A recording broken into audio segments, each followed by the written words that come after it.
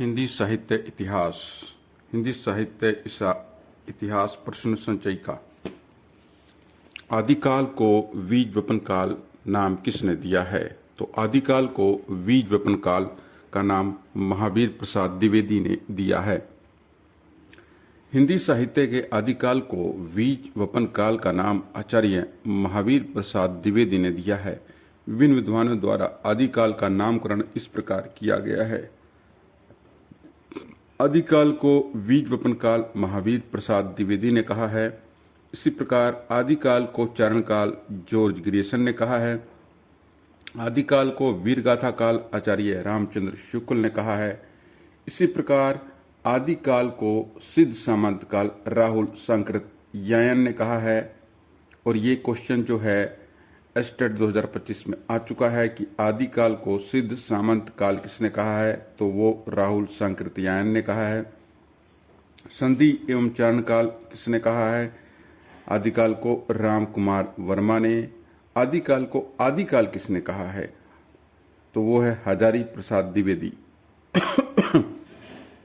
आदिकाल को प्रारंभिक काल कहने वाले हैं मिश्र बंधु। आदिकाल को वीर काल की संज्ञा देने वाले हैं विश्वनाथ प्रसाद मिश्र। आदिकाल को आधार काल कहने वाले हैं सुमन राजे और मोहन अवस्थी। आदिकाल को जय काव्य काल कहने वाले हैं रमा शंकर शुक्ल रशाल। इसी प्रकार आदिकाल को अपभ्रंश काल कहने वाले हैं श्री चंद्र शर्मा गुलेरी और धीरेन्द्र वर्मा। आदिकाल को संक्रमण काल कहने वाले हैं राम खिलावन पांडे। नेक्स्ट है हिंदी साहित्य का दूसरा इतिहास के इतिहासकार कौन हैं? तो हिंदी साहित्य के दूसरा इतिहास के इतिहासकार जो हैं वो हैं बच्चन सिंह। हिंदी साहित्य का दूसरा इतिहास 1996 में बच्चन सिंह के द्वारा लिखी गई। इसी प्रकार हिंदी साहित्य का विकास 1924, इसके जो राइटर हैं वो है डॉक्टर श्याम सुंदर दास। फिर है हिंदी साहित्य का विवेचनात्मक इतिहास 1930, राइटर है सूर्यकांत शास्त्री। आधुनिक हिंदी साहित्य का इतिहास 1934, इसके राइटर है कृष्ण शंकर शुक्ल। मॉडर्न हिंदी लिटरेचर 1939 के लेखक है डॉक्टर इंद्रनाथ मदान। हिंदी साहित्य का वैज्ञानिक इतिहास 1965, राइटर हैं डॉक्टर गणपति चंद्र गुप्त। हिंदी साहित्य का संवेदना का विकास 1986, राइटर हैं डॉक्टर राम स्वरूप चतुर्वेदी। भारतीय साहित्य के इतिहास की समस्याएं, राइटर है राम विलास शर्मा।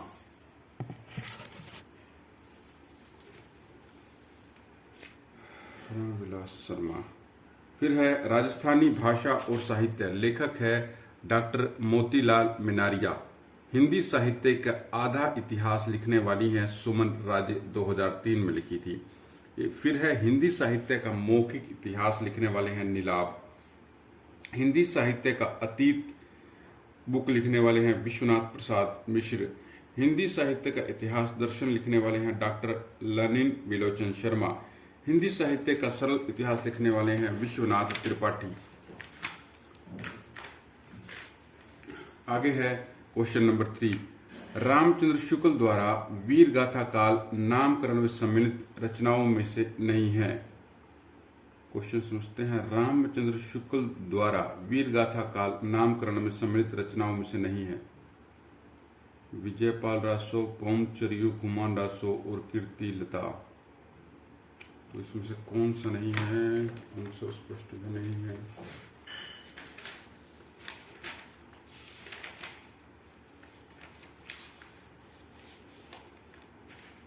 तीसरे का ब, पौमचरियो नहीं है।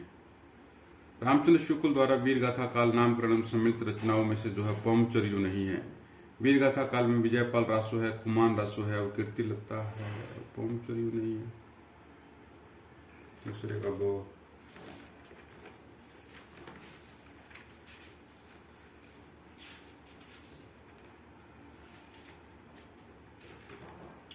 आचार्य रामचंद्र शुक्ल ने आदिकाल का नाम जो है वीर गाथा काल निम्न 12 रचनाओं के आधार पर किया, जिनमें से 8 रचनाएं तो हिंदी की थी और 4 रचनाएं अपभ्रंश की थी।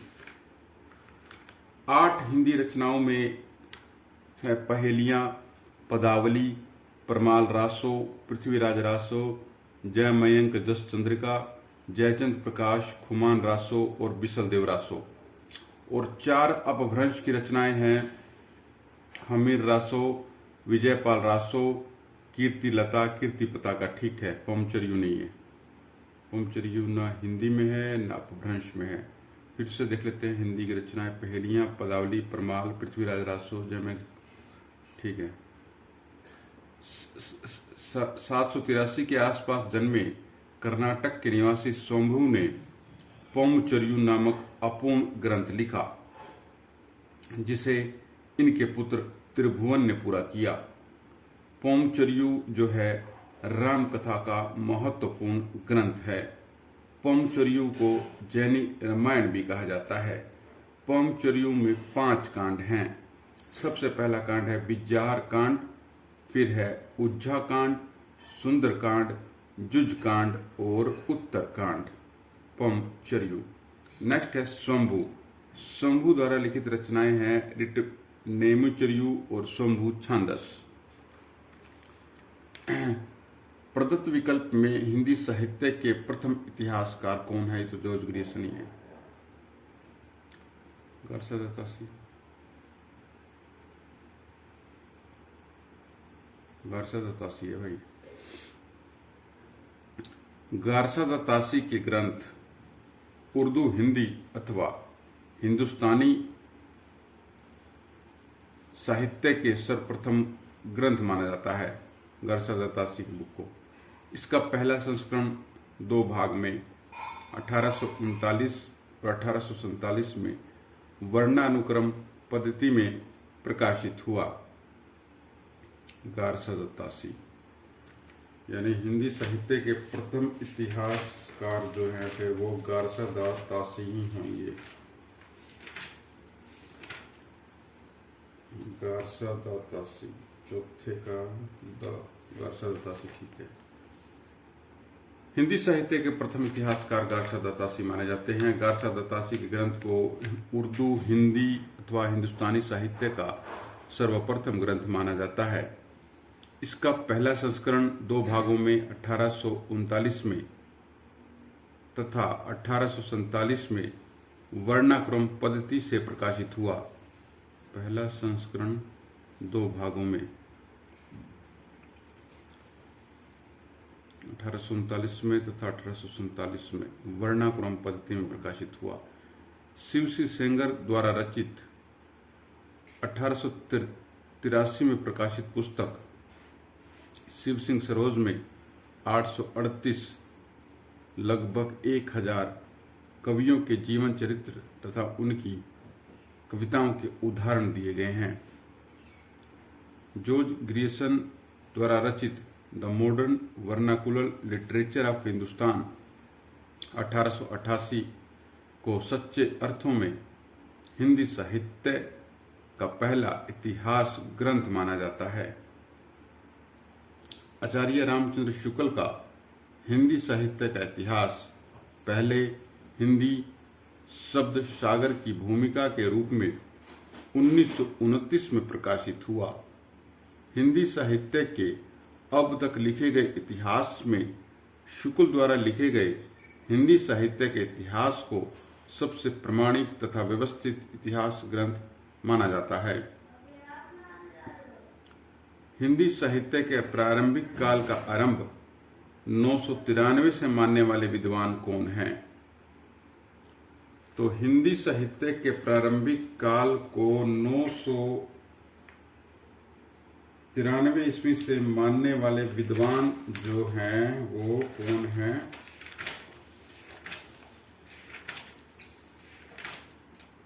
वो जो हैं रामचंद्र शुक्ल हैं। आचार्य शुक्ल ने हिंदी साहित्य के इतिहास के 900 वर्षों को निम्न 4 भागों में बांटा। सबसे पहले आदिकाल इन्होंने जिसको वीरगाथा काल भी कहा। फिर है पूर्व मध्यकाल, जिसे इन्होंने भक्ति काल भी कहा। उत्तर मध्यकाल, जिसे इन्होंने रीतिकाल कहा। फिर आधुनिक काल, जिसे इन्होंने गद्यकाल भी कहा। तो ये 4 पार्ट हैं: आदिकाल, पूर्व मध्यकाल, फिर उत्तर मध्यकाल, आधुनिक काल, वीरगाथा काल, भक्ति काल, रीतिकाल और गद्यकाल। आदिकाल का टाइम पीरियड जो है 1050 से 1375 विक्रमी संवत है। ध्यान रखना है, 1050 से 1375 विक्रमी संवत। ईस्वी में आएगा 993 से 1318 ईस्वी, आदिकाल का टाइम पीरियड। फिर पूर्व मध्यकाल, जिसे भक्ति काल भी कहा है आचार्य शुक्ल ने, इसका जो विक्रमी संवत में टाइम है वो है 1375 से 1700 विक्रमी संवत। ईस्वी में ये 1318 ईस्वी से 1643 ईस्वी में आता है। फिर उत्तर मध्यकाल, जिसे रीतिकाल भी कहा है आचार्य शुक्ल ने, विक्रमी संवत में 1700 से 1900 विक्रमी संवत। ईस्वी में आ जाता है ये 1643 से 1843। आधुनिक काल, जिसे गद्यकाल का नामकरण भी किया है आचार्य शुक्ल ने, विक्रमी संवत में सन 1900 से 1984 विक्रमी संवत आता है। और -59 कर देने पर ये +59 या -59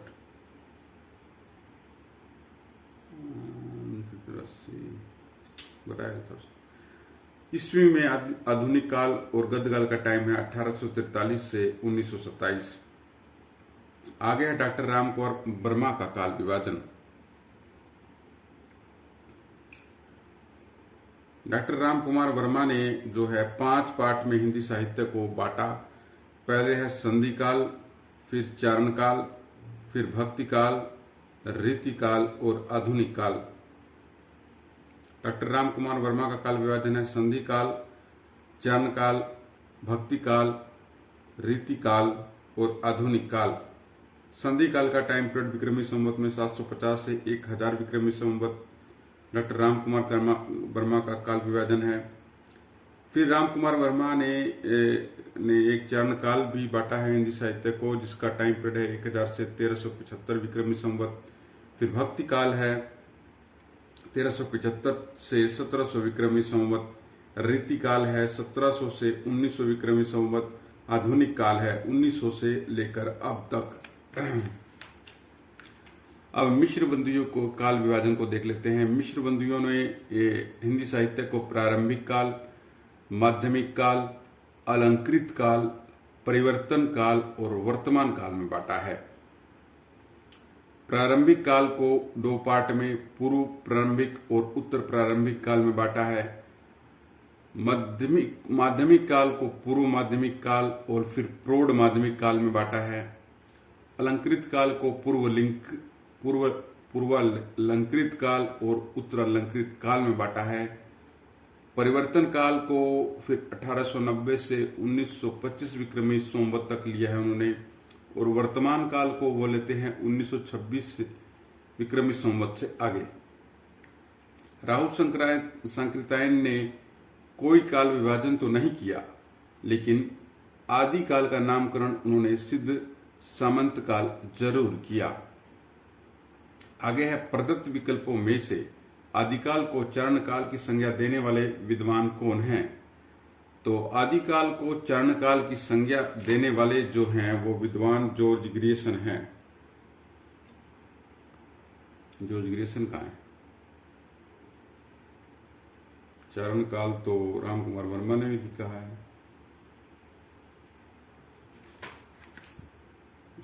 का क्या विकल्प है? 100। अच्छा, आदिकाल को चरण काल की संज्ञा देने वाले विद्वान जॉर्ज ग्रियर्सन। चरण काल का विभाजन तो राम कुमार वर्मा ने भी किया है। आगे बढ़ते हैं। हिंदी साहित्य इतिहास लेखन में निम्नलिखित विकल्पों में से गलत कौन सा है? हिंदी साहित्य का आलोचनात्मक इतिहास, डॉक्टर राम कुमार वर्मा, यह ऑप्शन सही है। हिंदी साहित्य की भूमिका, आचार्य हजारी प्रसाद द्विवेदी, यह ऑप्शन भी ठीक है। हिंदी साहित्य का वैज्ञानिक इतिहास, ये तो जग जाहिर है गणपति चंद्र गुप्त हैं, लेकिन हिंदी साहित्य और संवेदना का विकास परशुराम चतुर्वेदी ने ही नहीं, राम स्वरूप चतुर्वेदी ने लिखा है। हिंदी साहित्य का संवेदनात्मक विकास, इधर भी होगा ना ये, हाँ, हिंदी साहित्य और संवेदना का विकास 1986, डॉक्टर राम स्वरूप चतुर्वेदी। आगे है हिंदी साहित्य की भूमिका 1940 में। इतिहास ग्रंथ के रचनाकार हैं हजारी प्रसाद द्विवेदी। इनके द्वारा रचित अन्य ग्रंथ हैं हिंदी साहित्य का उद्भव एवं विकास 1952, हिंदी साहित्य का आदिकाल 1952, हिंदी साहित्य का वैज्ञानिक इतिहास 2 भाग 1965। लेखक हैं गणपति चंद्र गुप्त। अच्छा, हिंदी साहित्य का वैज्ञानिक इतिहास तो याद है, इसके 2 भाग हैं। अब देखते हैं, डॉक्टर राम स्वरूप चतुर्वेदी ने हिंदी साहित्य और संवेदना का विकास 1986 नामक इतिहास ग्रंथ लिखा। नागरडी प्रचारणी सभा, जिसकी स्थापना 16 जुलाई 1893 को हुई, इसके द्वारा हिंदी साहित्य इतिहास लेखन के संदर्भ में महत्वपूर्ण कार्य संपादित किया गया। यह इतिहास ग्रंथ, ये जो है नागरडी प्रचारणी सभा का हिंदी साहित्य का इतिहास लेखन 16 खंडों में विभक्त है, जो हिंदी साहित्य के इतिहास को विस्तृत भूमिका प्रदान करता है। हर काल खंड साहित्यिक प्रवृत्तियों तदयुगीन परिस्थितियों की भली भांति विवेचना करता हुआ साहित्य इतिहास के क्रम को पूर्णता प्रदान करता है। इस इतिहास ग्रंथ के चौथे भाग भक्तिकाल निर्गुण 1968 का संपादन जो है वो परशुराम चतुर्वेदी ने किया है। सभा ने इस इतिहास ग्रंथ को कुल 17 खंडों में प्रकाशित करने की योजना निर्धारित की, परंतु बाद में यह ग्रंथ 16 खंडों में ही प्रकाशित हुआ। आगे है गारसा द तासी का इतिहास ग्रंथ। इस्तवार द ला लितियेतुर एंदोई ए हिंदुस्तानी के प्रथम भाग का प्रकाशन किस वर्ष हुआ? ये 1839 होना चाहिए, 8वें का बैगल, हाँ सही, 1839 है प्रथम भाग का। हिंदी साहित्य के वृद्ध एवं दीर्घकालीन इतिहास को सूत्रबद्ध रूप से लिखने वाले प्रथम इतिहासकार गारसा द तासी 1794 से 1878 थे। प्रोफेसर ललिन विलोचन शर्मा के अनुसार हिंदी साहित्य के पहले इतिहास के लेखक गारसा द तासी थे। रामचंद्र शुक्ल ने इसे वृत्त संग्रह मात्र कहा है।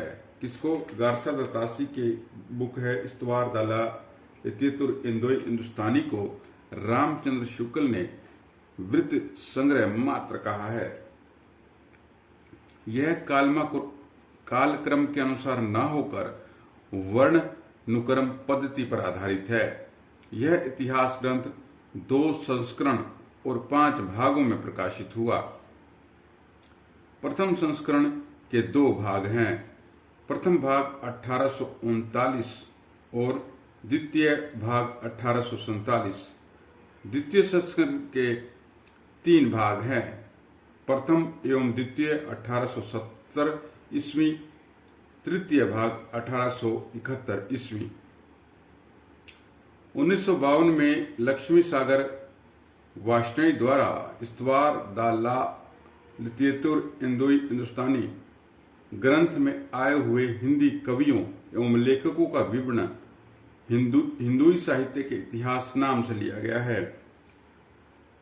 नागरिक प्रचारणी सभा ने इस इतिहास ग्रंथ को 17 खंडों में प्रकाशित करने की योजना की, परंतु यह ग्रंथ 16 खंडों में ही प्रकाशित हो पाई।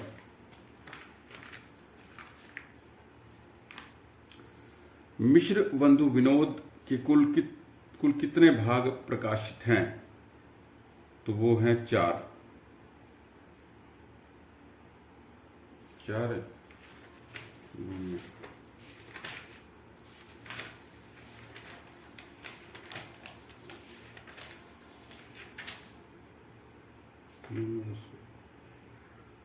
ठीक है। हिंदी साहित्य जगत में मिश्र बंधु नाम से विख्यात लेखकों में गणेश बिहारी, श्याम बिहारी और सुखदेव बिहारी मिश्र है। मिश्र बंधुओं ने मिश्र बंधु विनोद नामक इतिहास ग्रंथ की रचना की। इसके प्रथम 3 भाग का प्रकाशन 1913 में तथा चौथे भाग का प्रकाशन 1934 में हुआ। ठीक है। इस ग्रंथ में कुल 4591 कवियों, लगभग 5000 कवियों का जीवन वृत्त है। फिर क्वेश्चन नंबर 10,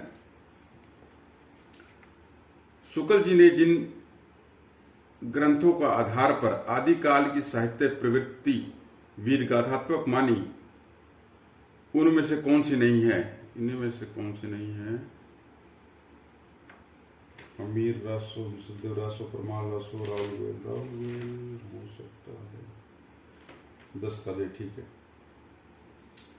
शुक्ल जी ने जिन ग्रंथों के आधार पर आदिकाल की साहित्य प्रवृत्ति वीरगाथात्मक मानी है, उनमें से जो आधार ग्रंथ नहीं है और राउलवेल हैं। बाकी हमीर रासो, विशलदेव रासो और परमाल रासो जो है उस नामकरण में इंक्लूड है। राउलवेल को पढ़ते हैं। अब राउलवेल जो है यह काव्य शिलालेख के रूप में प्राप्त होता है, जिसके रचयिता रोड़ा नामक कवि हैं। यह गद्य पद मिश्रित चंपू काव्य प्राचीनतम हिंदी कृति है, जिसकी रचना काल 10वीं शताब्दी माना गया है। यह कृति 6 खंडों में विभक्त है। राउलवेल से ही हिंदी में नखशिख वर्णन की परंपरा का प्रारंभ होती है। इस कृति में हिंदी की 7 बोलियों के शब्द मिलते हैं, जिनमें राजस्थानी प्रधान है। ये क्वेश्चन 10-10 क्वेश्चन का पहला स्टेप कंप्लीट।